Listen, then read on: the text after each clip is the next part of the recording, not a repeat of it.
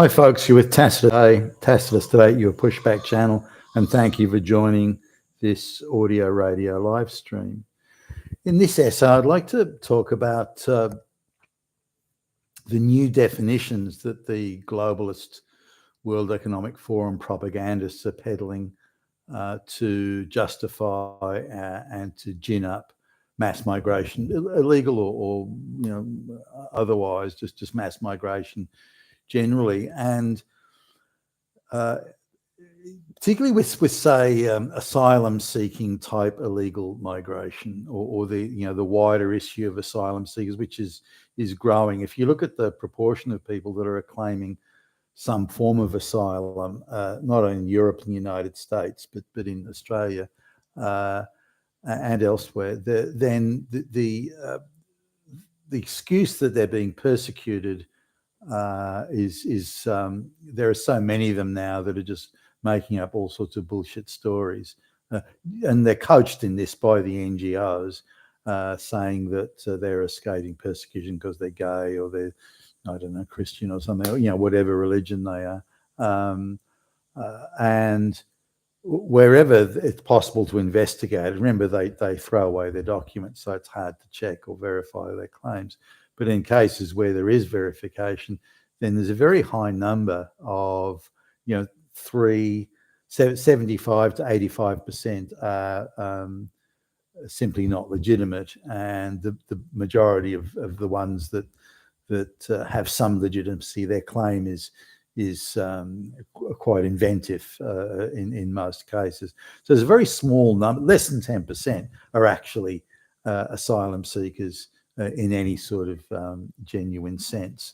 And even then, their situation of claiming asylum is temporary. For example, there might be a civil war going on, and those sorts of things, or there's a famine there. But now, I guess there are a few things here. If someone is fleeing an area, there's typically going to be a refugee camp not far away. It's either another country nearby or a refugee camp that they can stay at, where they're given free food and accommodation and so on, medical care and the like. So much better care at these refugee camps than they could get in their own hometowns or home villages. But the very organised and very well-funded international scam of people movement, moving surplus populations in the third world into the first world, was very much central part of the globalist agenda.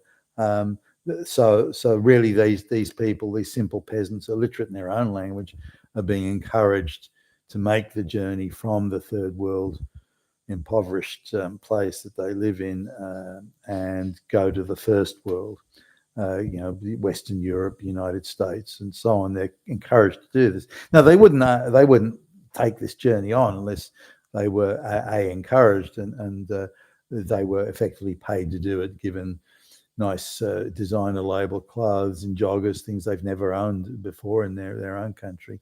They're given the food and the water and the shelter and the transport to make the journey, and these people don't have that sort of money to be able to make it. So it's all being paid for.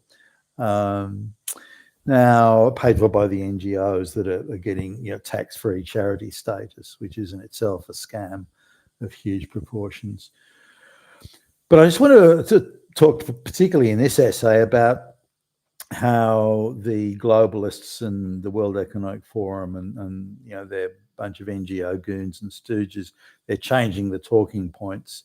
And so what they're pushing now is that asylum seekers are escaping poverty. This is now a cause, so they're asserting a cause for seeking asylum in the rich countries.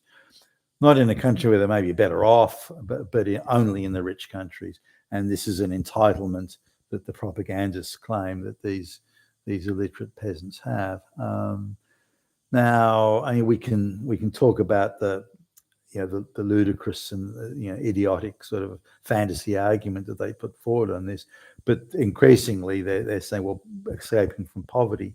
Now, the definition of poverty they use, though, if we look at that, and the United Nations is, of course, on board with all this insane propaganda, that's been completely hijacked and taken over by the globalists. what they're saying is that approximately 5 billion with a B. Remember, the planet's got pushing 8 billion now, but there are 5 billion with a B, all of whom, 5 billion plus, all of whom meet now the criteria of poverty. And so we've got the interesting thing where over, say, 5.5 billion people in the world have, according to the right of the UN and the propagandists, that fleeing poverty is now a legitimate cause that means you're an asylum seeker. So you don't need to prove that you're escaping persecution or war or this or that, or your life's in danger or anything. You don't need to prove any of that. You just need to say, well, I come from an impoverished country, therefore I'm entitled to asylum because of poverty. So poverty is now a cause for asylum, they're asserting. And it seems to be that a number of governments, US and Britain, and even Australia, are really accepting that as an excuse to say, oh, well, you're definitely in a. So the definition of what constitutes asylum is being and has been radically altered to provide a much wider dragnet, so that now anybody can turn up on your doorstep and say, well, I'm not as well off as you guys. The GDP from my country isn't as high as your country, therefore I am an asylum seeker. And that's pretty much the argument. Now, there's quite a few countries in sort of the middle level, or the lower end of the middle level, where they all qualify now for asylum based on poverty. The other one, which is interesting, is the United Nations produces reports that claim, I mean, they're all bullshit propaganda, but claim to be saying which countries or areas or places are affected by climate change. And some of the assertions and postulations made in these reports are just off the planet fantasy bullshit. Nonetheless, because of this, a number of NGOs and thus the governments that the globalists control, which is pretty much all the Western governments, can now use as well the reason, and Australia's already started doing it, saying, well, we've got refugees from climate change. Now, it's just asserted as an ideological talking point. There's no proof or evidence to support. And so people can come from all places in the world now. So I'm a refugee. I'm seeking asylum. I'm a refugee from the effects of climate change. And by the way, here's the UN report that says that my country's been affected, so I'm a fucking refugee. No more questions asked. And they walk in the door. Whether they bring any skills to the table, or language capabilities, or any benefit to the economy, doesn't matter. That they are now a genuine refugee and asylum seeker fleeing the effects of climate change. But the point is, they don't need to prove or provide any proof that they or that area is actually subject to some sort of debilitating effects from climate change. So they need to produce no evidence to that. Similarly, with poverty, how do you measure poverty? The UN might say, well, if you live on less than $2 a day, that's US dollars. But even that's a very fanciful mathematical equation that's the equivalent of saying that there's a gender pay gap. It's the same sort of crazy, bullshit propaganda mathematics they use on that. For example, you can live, very handsomely in some countries on $5,000 a year. You can live like a king. You can own nice property with water views. You can eat very well, and so on. So how do they equate that into the cost of living differential? For example, there are very substantial subsidies on certain foodstuffs in poor countries like Pakistan and India, which means a family can eat rice for a week for $2. How do you measure poverty in the African village or the Afghani village where the woman has 8 or 9 children, and they live in poverty because there's so many mouths to feed?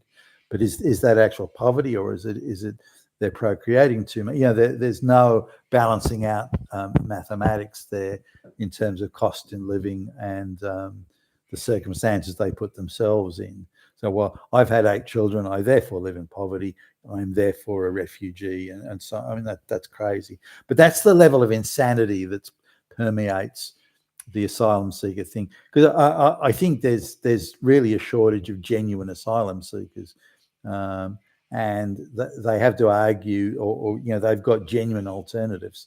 Why do you pass through 17 different countries if you're in a genuine asylum seeker? Why didn't you stay in the camp? The refugee camp you're in, you were being fed and well looked after and protected by United Nations troops there. So what's your problem? Why did you leave that? Why did you leave those relatively comfortable circumstances compared to what you're used to in order to make that long journey to a rich Western country? So none of these questions are getting asked, and they're being, in fact, brushed aside for the main part, and that now asylum, a justifiable grounds for asylum is that you come from a poor country.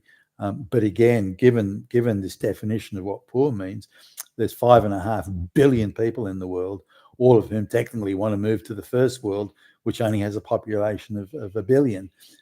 So it doesn't take an actuarial, mathematical genius to work out that even if a quarter, less than a quarter, a fifth of those people that are now defined as living in poverty move to the West, that the West will be living in poverty.